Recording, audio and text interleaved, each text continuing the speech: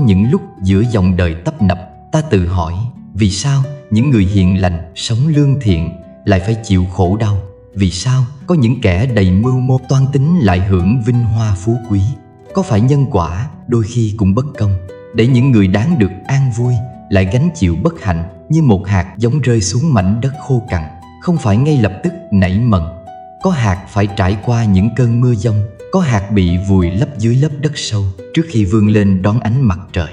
Nhân quả cũng vậy, không phải cứ làm việc thiện hôm nay là ngày mai nhận được phước báo. Có những nghiệp từ nhiều đời trước, khi nhân duyên hội tụ mới trổ quả. Giống như một dòng sông, có nơi êm đềm, phẳng lặng, có nơi gành thác, dữ dội. Nhưng dù trôi qua bao nhiêu khúc quanh, cuối cùng nước vẫn tìm về biển cả. Nhân quả có thể đến muộn, nhưng chưa bao giờ sai. Người lương thiện không khổ vì sự lương thiện của họ, mà bởi những nghiệp duyên từ quá khứ vẫn chưa được hóa giải. Một người từng gieo hạt giống đau thương, dù hiện tại đã biết sống tốt, vẫn phải đi qua những ngày mưa bão trước khi bầu trời quang đãng. Đó không phải là sự bất công, mà là cơ hội để trả hết nợ cũ, để tâm hồn trở nên nhẹ nhàng, thanh thản. Có những cơn gió tưởng chừng cuốn đi tất cả, nhưng chỉ là đang quét sạch lá ố, trả lại cho cây cối sự tươi mới. Có những nỗi đau tưởng chừng không thể chịu đựng, nhưng lại là bước đệm để con người trưởng thành, mạnh mẽ hơn. Nếu ta chỉ nhìn vào hiện tại mà oán trách số phận, thì chẳng khác nào đứng trước một cánh rừng mà chỉ thấy lá rụng, không nhìn thấy những mầm xanh đang âm thầm vươn lên từ lòng đất. Nhân quả không phải là hình phạt hay sự trừng phạt, mà là quy luật tự nhiên giúp con người học cách tu dưỡng bản thân. Khi hiểu được điều này, ta sẽ không còn trách móc cuộc đời, không còn oán hận những khó khăn đang đến. Ta sẽ biết rằng mọi thứ xảy ra đều có lý do, và điều duy nhất có thể làm là tiếp tục sống tốt, tiếp tục gieo những hạt giống thiện lành. Rồi một ngày, những cánh hoa hạnh phúc sẽ nở rộ trên con đường ta đi. Có những cơn mưa rơi xuống một cánh đồng cằn cỗi, chẳng phải vì hôm nay trời giận dữ, mà bởi những áng mây đã tích tụ từ lâu, chờ một ngày đủ duyên để trút xuống. Có những ngọn gió cuốn theo lá vàng, chẳng phải vì chúng vừa lìa cành, mà bởi tháng năm đã khiến chúng khô héo từ trước. Nhân quả cũng vậy, không chỉ tính trong một kiếp, mà là một hành trình dài xuyên suốt bao đời. Một người sinh ra trong nhung lụa, chẳng phải vì may mắn, mà bởi kiếp trước đã từng gieo trồng phước báu. Một người chịu nhiều cay đắng, chẳng phải vì số phận nghiệt ngã, mà có thể họ đang trả những món nợ từ những ngày xưa cũ. Giống như một dòng sông chảy qua bao nhiêu gành thác, đâu phải chỉ vì cơn mưa hôm nay mà nước trở nên dữ dội. Đó là kết quả của bao mùa mưa bão trước đó, góp nhặt từng giọt nước thành dòng chảy xiết. Có những người lương thiện mà vẫn chịu khổ đau, không phải vì cuộc đời bất công, mà bởi họ đang bước đi trên con đường gột rửa nghiệp cũ. Như một người gánh nặng trên vai, chẳng phải vì hôm nay họ vừa chất lên, mà vì từ bao lâu trước đã vô tình mang theo. Họ đi qua những ngày u tối, không phải vì họ đáng bị trừng phạt, mà bởi ánh sáng chỉ có thể rực rỡ khi ta đã đi qua bóng tối. Như một cành hoa sen vươn lên từ bùn lầy, đâu phải ngay lập tức tỏa hương thơm ngát, mà phải chịu đựng những tháng ngày ngụp lặng trong bùn đất. Có những nghiệp không thể thấy bằng mắt, chỉ có thể cảm nhận bằng tâm. Một người hiền lành nhưng mãi long đong lận đận, có thể vì ngày trước họ từng gieo khổ đau cho ai đó. Một người sống thiện lương mà vẫn chịu oan ức, có thể là để học bài học nhẫn nhịn và từ bi. Không phải ai sinh ra cũng bắt đầu từ một trang giấy trắng. Có những trang đã in sẵn những nét mực từ quá khứ, dù muốn hay không, vẫn phải đi đến đoạn kết để hoàn thành câu chuyện. Nhưng dù hiện tại có thế nào, điều quan trọng nhất vẫn là hôm nay ta chọn sống ra sao. Một người bị trói buộc bởi nghiệp xưa, nếu không tiếp tục tạo thêm nghiệp mới, thì khi sợi dây cũ được tháo gỡ, họ sẽ được tự do. Như một con thuyền chở nặng, nếu không chất thêm những thứ không cần thiết, sẽ có lúc nhẹ nhàng trôi theo dòng nước êm đềm. Nếu hôm nay ta biết sống thiện lương, dù kiếp này còn vướng nhiều đau khổ, thì những kiếp sau sẽ là những ngày nắng ấm. Nhân quả không bao giờ sai, chỉ là con người thường nhìn bằng đôi mắt ngắn ngủi của một kiếp mà không thấy được cả hành trình dài. Nghiệp không đến ngay lập tức, cũng chẳng mất đi không dấu vết. Nó chỉ đợi một ngày thích hợp để trổ thành hoa hay hóa thành gai nhọn. Người hiểu được điều này sẽ không còn oán trách số phận, không còn dằn vặt những điều đã xảy ra. Họ sẽ bình thản đi qua những ngày giông bão, bởi họ biết rằng cơn mưa nào rồi cũng sẽ tạnh, và mặt trời vẫn luôn chờ ở phía sau những tầng mây. Có những hạt giống gieo xuống đất chỉ sau một cơn mưa là nảy mầm, nhưng cũng có những hạt chờ đợi cả mùa, cả năm, thậm chí nhiều năm sau mới chịu đội đất vươn lên. Nghiệp báo cũng vậy. Có những điều ta làm hôm nay, ngày mai đã thấy quả, nhưng cũng có những điều phải đi qua bao vòng luân hồi mới đủ duyên để trổ thành hoa, hay hóa thành gai nhọn. Có người làm điều ác mà ngay lập tức gặp quả báo, giống như kẻ chạm tay vào lửa, lập tức bị bỏng, không cần đợi đến ngày mai. Nhưng cũng có kẻ sống cả đời dối trá, lừa lọc, gây đau khổ cho bao người mà vẫn hưởng vinh hoa phú quý. Đó chẳng phải vì nghiệp báo không tồn tại, mà bởi quả của họ chưa đến lúc chín. Giống như một tảng băng trôi, phần nổi trên mặt nước chỉ là một chút nhỏ, còn phần chìm sâu bên dưới mới là điều mà mắt thường không thể thấy. Có người làm thiện ngay hôm nay, ngày mai đã thấy an vui. Có người giúp đỡ người khác, ngay lập tức nhận lại phước lành. Nhưng cũng có những người sống lương thiện cả đời mà chỉ toàn gặp cay đắng. Đừng vội nghĩ rằng cuộc đời bất công, chỉ là họ đang bước trên con đường trả nghiệp cũ, dọn sạch những điều chưa tròn đầy từ những kiếp trước. Khi hạt giống cũ vẫn còn, dù muốn hay không cũng phải để nó nảy mầm rồi mới có thể gieo trồng cây mới. Có nghiệp báo đến ngay tức khắc, như người gieo hạt xuống đất màu mỡ, chỉ cần một cơn mưa là cây cối đâm chồi. Nhưng có nghiệp báo đến muộn, như hạt giống nằm sâu trong lòng đất khô cằn, phải chờ khi đủ nắng, đủ mưa, đủ thời gian mới có thể nảy mầm. Chỉ vì mắt ta chưa thấy, không có nghĩa là nó không tồn tại. Chỉ vì ngày hôm nay trời chưa đổ cơn giông, không có nghĩa là gió bão sẽ không đến vào một ngày nào đó. Có những kẻ gây đau khổ cho người khác, tưởng như chẳng bao giờ phải trả giá, nhưng giống như một dòng nước chảy xiết, sớm muộn cũng cuốn trôi những gì không vững chắc. Giống như một con dao sắc, càng dùng để làm điều ác, lưỡi dao càng dễ cuột, và có ngày sẽ quay lại cắt chính người cầm nó. Không ai có thể trốn khỏi nhân quả. Có thể hôm nay họ thoát, nhưng ngày mai, tháng sau, năm sau, hoặc thậm chí kiếp sau, họ sẽ phải đối diện với những gì mình đã gây ra. Người hiểu được điều này sẽ không vội oán trách số phận, cũng không hả hê khi thấy ai đó đang thịnh vượng. Dù từng làm điều sai trái, họ sẽ bình thản nhìn đời, như người trồng cây hiểu rằng không phải hạt giống nào cũng nảy mầm cùng một lúc.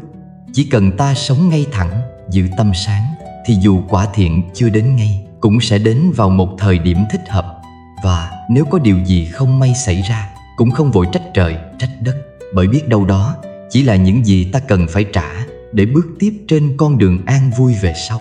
Có những kẻ làm điều sai trái mà vẫn sống an nhàn, giàu có, hưởng vinh hoa phú quý. Nhìn thấy cảnh ấy, nhiều người tự hỏi, tại sao những kẻ bất lương lại chẳng gặp hậu quả? Tại sao người sống thiện lương lại phải chịu nhiều cay đắng? Nhưng nhân quả không chỉ tính trong một kiếp. Cũng như một ngọn đèn dầu, dù bất đã cạn, nhưng vẫn còn chút dầu sót lại. Ánh sáng vẫn tiếp tục leo lét một lúc trước khi lụi tắt hoàn toàn. Có những người hôm nay làm điều ác nhưng vẫn giàu sang, không phải vì họ thoát khỏi nhân quả, mà bởi họ đang hưởng những phước báu từ những thiện lành họ từng gieo trong quá khứ. Giống như một cây lớn còn tươi tốt nhờ phần rễ sâu trong lòng đất. Nhưng nếu người ta chặt dần từng cành, từng lá, không chăm bón thêm, thì chẳng bao lâu nữa cây ấy cũng sẽ khô héo. Nhìn bề ngoài ta thấy họ vẫn hưởng lạc, nhưng chẳng ai biết được khi nào phước cạn.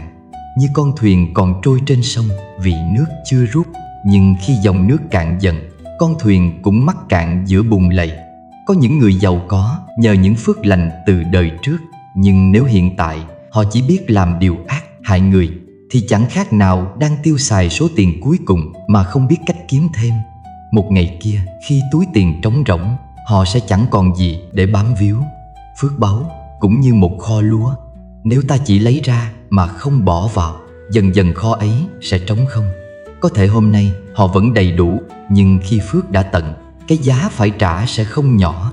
Những kẻ lừa lọc, dối trá, tham lam có thể nghĩ rằng mình đã chiến thắng, nhưng chẳng qua họ chưa nhìn thấy con đường phía trước. như một con chim bay mãi mà không biết mình sắp đâm vào vách đá, như một người mù mãi miết chạy mà không hay vực sâu đang ở ngay trước mặt. Khi phước hết, nghiệp đến.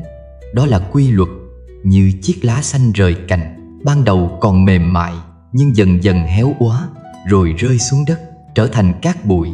Như cơn sóng, dù lớn đến đâu, cuối cùng cũng phải vỡ tan vào bờ cát.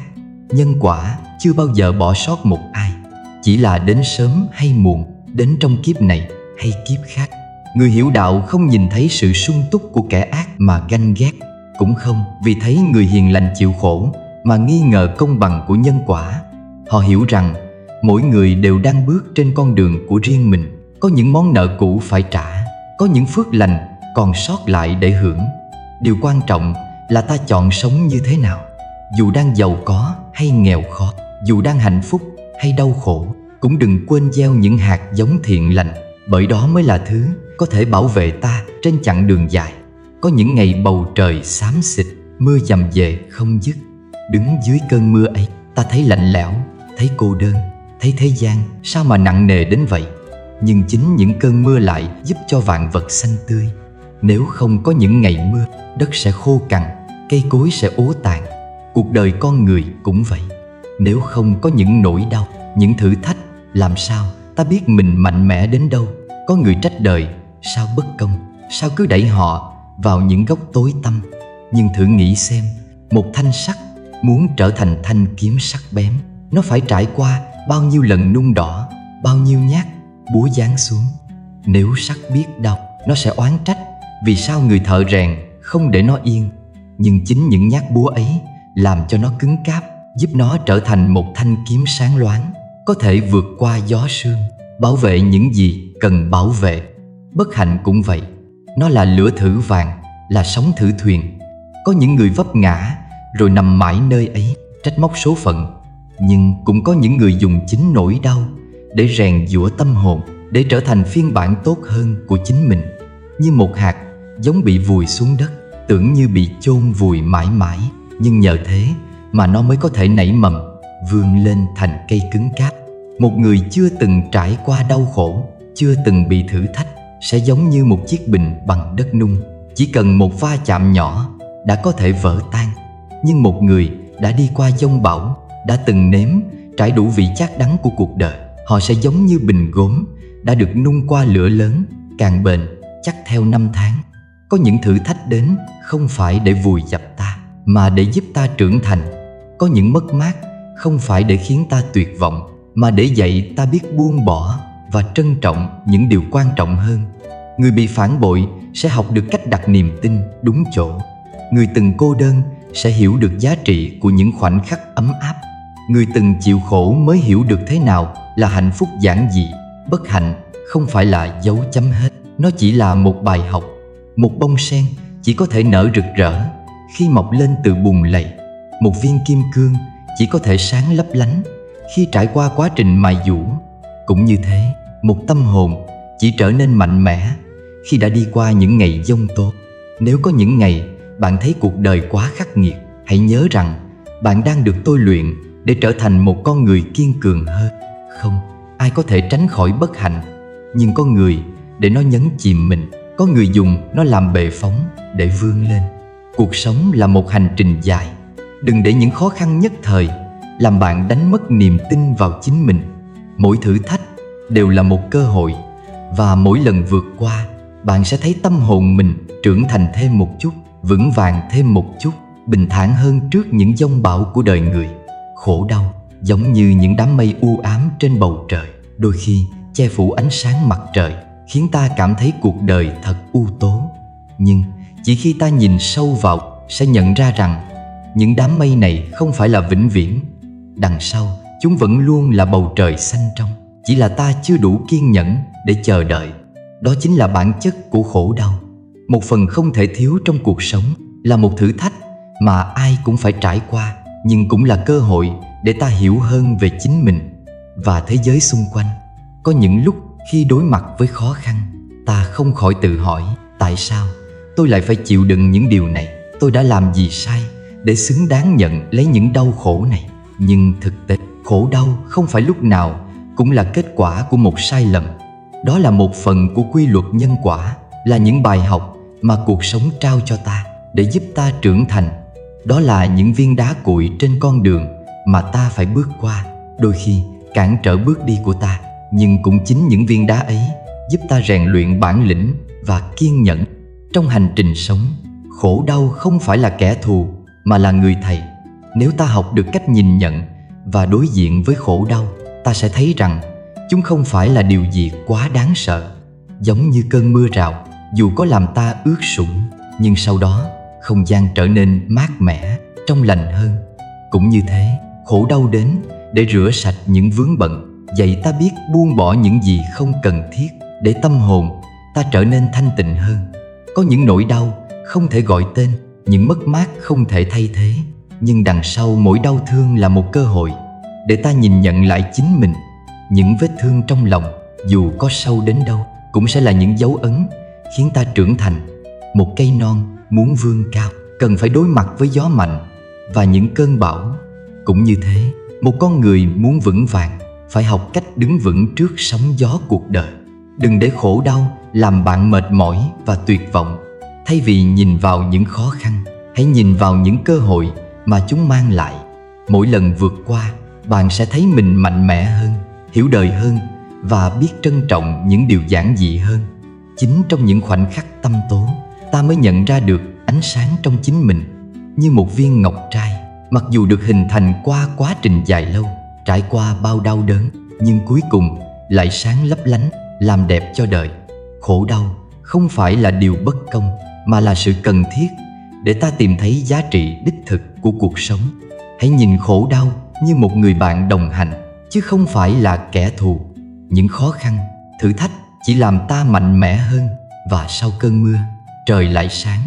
Mỗi lần bạn vượt qua được một khổ đau, bạn không chỉ là người thắng cuộc trong cuộc sống này, mà còn là người chiến thắng chính bản thân mình. Khi đó, khổ đau không còn là gánh nặng, mà là sức mạnh, giúp ta tiến về phía trước, làm giàu thêm trải nghiệm và lòng kiên nhẫn. Cuối cùng, khổ đau đến không phải để khiến ta gục ngã, mà để giúp ta đứng lên, mạnh mẽ hơn và sáng suốt hơn. Nếu có thể nhìn nhận nó theo một cách tích cực, khổ đau sẽ trở thành người thầy vĩ đại, dạy ta cách yêu thương bản thân, cách tha thứ và cách sống một cuộc đời trọn vẹn. Hãy nhớ rằng, trong sự tĩnh lặng của khổ đau, bạn sẽ tìm thấy sự bình an và tự tại, một tâm hồn thanh thản, không còn bị gông cùm của những lo toan. Khi bạn hiểu rằng khổ đau chỉ là một phần của cuộc sống, bạn sẽ không còn oán trách hay căm phẫn, mà sẽ đón nhận nó như một bài học quý giá mà cuộc đời đã ban tặng. Phước đức giống như những hạt giống nhỏ, sẽ không thể nảy mầm nếu ta không gieo trồng bằng những hành động và suy nghĩ thiện lành. Mỗi suy nghĩ tốt đẹp, mỗi hành động tử tế là một nhánh cây nhỏ mọc lên trong khu vườn tâm hồn của chúng ta. Những nhánh cây ấy tuy có thể nhỏ bé ban đầu, nhưng nếu ta biết chăm sóc, tưới tắm, sẽ vươn cao, đâm chồi, nở hoa, mang lại trái ngọt cho cuộc đời. Chính những trái ngọt ấy sẽ nuôi dưỡng tâm hồn, giúp ta vượt qua khó khăn, chinh phục thử thách và sống an yên trong lòng cuộc đời đầy bão tố. Trong thế gian này, ai cũng mong muốn mình có được phước đức, nhưng không phải ai cũng hiểu rằng phước đức không phải là thứ có thể mua được bằng tiền, cũng không phải là món quà trời ban một cách ngẫu nhiên. Phước đức được tích lũy từ những điều đơn giản, từ những hành động nhỏ nhặt nhưng đầy ý nghĩa.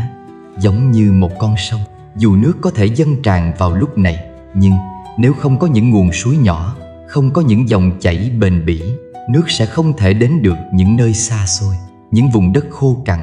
Phước đức cũng vậy, không phải từ một cơn mưa lớn mà đến, mà là từ những giọt mưa đều đặn, từ những hạt sương long lanh mỗi sáng. Mỗi khi ta làm một việc thiện, dù là một hành động nhỏ như nhặt rác bên đường, hay một suy nghĩ tốt đẹp dành cho người khác, ta đã gieo một hạt giống phước đức vào cuộc đời mình. Đó có thể chỉ là những việc mà người khác không nhận ra, nhưng trong lòng mình, ta biết rằng mình đang làm đúng, mình đang góp phần tạo ra một thế giới tốt đẹp hơn. Những việc thiện không cần phải to lớn, không cần phải vĩ đại, mà chỉ cần là sự chân thành trong từng cử chỉ, trong từng suy nghĩ. Một lời khen ngợi, Một lời động viên chân thành, một cái nhìn đầy cảm thông có thể tạo nên sự thay đổi lớn lao trong cuộc đời ai đó. Đời người giống như một chuyến hành trình dài. Trong suốt quãng đường đó, ta sẽ gặp rất nhiều người, rất nhiều tình huống. Có những lúc ta dễ dàng bị lôi kéo bởi sự tham lam, ích kỷ. Nhưng nếu biết tự điều chỉnh bản thân, giữ vững được sự bình an trong tâm hồn, ta sẽ nhận ra rằng phước đức không phải là cái mà ta có thể nắm bắt ngay lập tức, mà là cái mà ta phải kiên nhẫn gieo trồng trong suốt cuộc đời mình. Mỗi ngày, mỗi giờ, từng bước đi trên con đường này đều có thể là một cơ hội để ta tích lũy phước đức. Chúng ta đều biết rằng những cây cổ thụ lớn không thể nào mọc lên trong một đêm. Để trở thành một cây cao lớn, vững chãi, nó phải trải qua hàng năm tháng, dần dần vươn lên từ những hạt giống bé nhỏ. Tương tự như vậy, phước đức cũng không phải là điều có thể đạt được ngay lập tức, mà là quá trình dài tích lũy từ những hành động thiện lành nhỏ nhặt mỗi ngày. Một hành động tốt đẹp hôm nay sẽ tạo ra một quả ngọt vào một ngày mai nào đó, dù có thể rất xa vời. Nhưng nếu ta không bắt đầu từ hôm nay, sẽ chẳng bao giờ có một ngày mai nào cả. Hành động và suy nghĩ thiện lành không chỉ đem lại phước đức cho bản thân, mà còn lan tỏa đến những người xung quanh.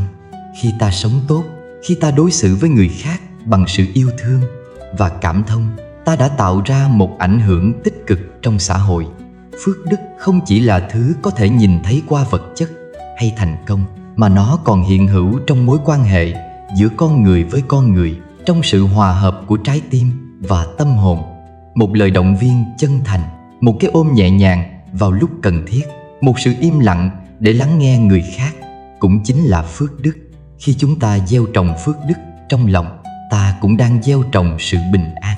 Bình an đến từ trong tâm, không phải từ bên ngoài. Chúng ta có thể sống trong một thế giới đầy biến động, nhưng nếu trong tâm hồn mình có sự an yên, thì mọi điều xung quanh cũng sẽ trở nên bình thản hơn. Phước đức giúp chúng ta sống an nhiên, không còn lo lắng về những điều không thể kiểm soát, không còn oán trách cuộc đời về những điều không như ý. Thay vào đó, ta biết rằng tất cả những gì xảy đến trong cuộc sống đều có nguyên do, và chỉ có thể tạo ra sự thay đổi bằng chính những hành động thiện lành của mình. Phước đức không phải là thứ có thể tích lũy trong một sớm một chiều, mà là kết quả của quá trình dài rèn luyện bản thân. Giống như những cây ăn quả, chúng phải trải qua mùa đông lạnh giá, phải đứng vững trong gió bão, để rồi mới có thể đơm hoa kết trái vào mùa xuân. Khi ta kiên trì và chân thành trong mỗi hành động, mỗi suy nghĩ, dù nhỏ bé, ta đang vun đắp cho chính bản thân mình, tạo dựng một cuộc đời trọn vẹn và ý nghĩa. Và rồi, khi nhìn lại, ta sẽ nhận ra rằng cuộc sống này không phải là nơi để tìm kiếm hạnh phúc bên ngoài, mà chính là nơi để ta gieo trồng những hạt giống phước đức, để rồi một ngày nào đó trái ngọt sẽ đơm hoa, mang lại niềm an lạc trong tâm hồn. Trong cuộc sống, con người thường không thể tránh khỏi những nỗi đau, những tổn thương mà mình đã phải gánh chịu. Những vết thương ấy có thể đến từ những lời nói, hành động của người khác, hay những thất bại mà ta phải đối mặt. Cảm giác tức giận, oán hận và muốn đòi lại công bằng đôi khi là những phản ứng tự nhiên, nhưng nếu không biết cách đối diện và buông bỏ, những cảm xúc đó sẽ trở thành những gánh nặng lớn, đeo bám tâm hồn ta suốt cả đời. Buông bỏ oán hận không có nghĩa là chúng ta đồng ý với sự tổn thương mà mình đã trải qua, mà là sự giải thoát cho chính bản thân mình. Giống như một dòng sông, nếu cứ để những tảng đá lớn chặn lại, dòng nước sẽ không thể chảy thông suốt, mà sẽ trở nên tù động, bẩn thỉu. Tâm hồn chúng ta cũng vậy, nếu cứ mang theo những oán hận, sự giận dữ, sẽ không thể nào bình yên. Buông bỏ không phải là quên đi, mà là chọn cách không để cho nỗi đau ấy chi phối cuộc sống của mình nữa. Đó chính là sự tự do, là món quà quý giá mà ta dành cho chính mình. Nhưng buông bỏ oán hận không phải là điều dễ dàng. Cảm giác bất công, sự tổn thương từ những người ta tin tưởng có thể khiến ta cảm thấy như bị bỏ lại trong bóng tối, một mình đối mặt với thế giới này. Thế nhưng sự thật là những người làm ta tổn thương, khi họ gây ra nỗi đau, họ cũng chẳng có được sự bình an thật sự. Oán hận là một thứ năng lượng tiêu cực, nó không chỉ làm tổn thương người khác mà còn quay lại làm hại chính bản thân mình. Khi ta giữ lại oán hận, trái tim ta giống như một cái lồng giam mà ta tự tạo ra cho mình. Nó cản trở khả năng yêu thương, tha thứ và sống trong sự tự do tâm hồn. Để buông bỏ oán hận, trước tiên ta phải học cách chấp nhận rằng trong cuộc sống này không phải lúc nào mọi thứ cũng diễn ra theo ý muốn của mình. Mỗi người có một con đường riêng, một quá trình trưởng thành riêng, và đôi khi những tổn thương ta phải chịu đựng lại là bài học để ta học cách mạnh mẽ hơn, hiểu biết hơn. Không ai hoàn hảo, và chính những sai lầm, những thiếu sót là điều khiến con người trở nên chân thật và sâu sắc hơn. Sự tha thứ chính là chìa khóa giúp ta giải thoát khỏi quá khứ, mở rộng trái tim để đón nhận niềm vui và sự bình an. Không so sánh với người khác là một trong những cách giúp ta buông bỏ được oán hận. Khi ta liên tục so sánh bản thân với người khác, ta chỉ đang tạo ra một sân chơi đầy cạnh tranh, nơi mà ta không bao giờ cảm thấy đủ. Mỗi người có những hoàn cảnh, những thử thách riêng và những khả năng khác nhau. So sánh mình với người khác là một cách tự gây ra sự khổ đau cho bản thân. Nó giống như việc một cây hoa dại nhìn vào vườn hoa hồng và thầm nghĩ rằng mình không đủ đẹp, không đủ xinh. Nhưng cây hoa dại có thể mang trong mình một vẻ đẹp riêng, một sự giản dị và thuần khiết mà hoa hồng không thể có. Mỗi người đều có giá trị riêng của mình, và chỉ khi ta biết trân trọng bản thân, ta mới có thể buông bỏ được cảm giác thiếu thốn. Khi nhìn vào cuộc sống của người khác, so sánh cũng là một chiếc gương, phản chiếu những sự thiếu hụt trong chính bản thân ta. Ta có thể nhìn thấy người khác có những gì mình không có, nhưng ta không thể nhìn thấy được những gì người đó đang thiếu. Cuộc sống của mỗi người đều có những mặt sáng và mặt tối, và chỉ khi ta nhìn nhận cuộc đời một cách toàn diện, ta mới có thể hiểu rằng không ai là hoàn hảo, không ai có tất cả. Buông bỏ so sánh không có nghĩa là ta ngừng cố gắng, mà là ta biết chấp nhận mình ở hiện tại, hiểu rằng mình vẫn đang trên con đường hoàn thiện và không cần phải là người khác để cảm thấy giá trị bản thân. Tương tự như vậy, khi ta ngừng so sánh mình với người khác, ta sẽ cảm nhận được sự nhẹ nhàng trong tâm hồn. Ta sẽ không còn cảm thấy áp lực phải đạt được những thứ mà người khác có. Sự an lạc đến khi ta biết sống trong thực tại, chấp nhận những gì mình có và biết ơn vì những gì đang có. Cũng giống như một ngọn núi, dù có bao nhiêu đám mây vần vũ quanh đỉnh, nó vẫn đứng vững, kiên định. Chỉ khi ta vững vàng với chính mình, không bị lung lay bởi những so sánh vô nghĩa, ta mới có thể trải nghiệm được sự bình yên và hạnh phúc thực sự. Cuộc sống không phải là cuộc đua, mà là một hành trình khám phá và trưởng thành. Mỗi bước đi, mỗi sự thay đổi, dù nhỏ bé, đều là một phần quan trọng trong quá trình hoàn thiện bản thân. Khi ta không còn sống trong sự so sánh, ta sẽ nhận ra rằng mỗi người có một con đường riêng, và không có con đường nào là dễ dàng. Những khó khăn, thử thách mà ta gặp phải chính là cơ hội để ta học hỏi và trưởng thành. Và chính trong những lúc đau khổ đó, ta sẽ nhận ra rằng sự buông bỏ, sự tha thứ và sự không so sánh là chìa khóa để sống một cuộc đời tự do và bình an.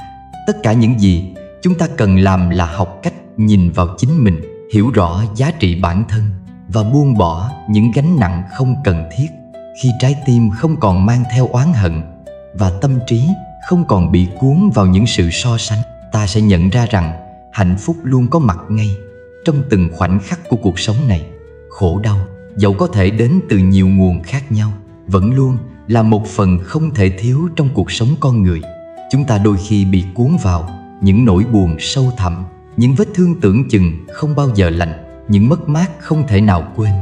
Trong những khoảnh khắc ấy, chúng ta tự hỏi liệu có cách nào để chấp nhận và biến hóa những nỗi đau ấy thành sức mạnh, để rồi tìm thấy sự an nhiên trong tâm hồn. Cuộc đời này giống như một dòng sông, không bao giờ là phẳng lặng. Dù cho ta có cố gắng đến đâu, vẫn không thể tránh khỏi những khúc quanh, những đáy sâu, những con sóng vỗ vào bờ. Mỗi ngày trôi qua, chúng ta vẫn phải đối diện với những thử thách, những cuộc chiến trong lòng. Nhưng chính những thử thách đó lại là cơ hội để ta học cách chấp nhận và chuyển hóa. Tâm hồn chúng ta giống như một viên ngọc, càng trải qua mài dũa, càng trở nên sáng ngời và quý giá. Nếu không có những lần vấp ngã, không có những khổ đau, ta ta sẽ chẳng bao giờ nhận ra được giá trị thật sự của sự an nhiên.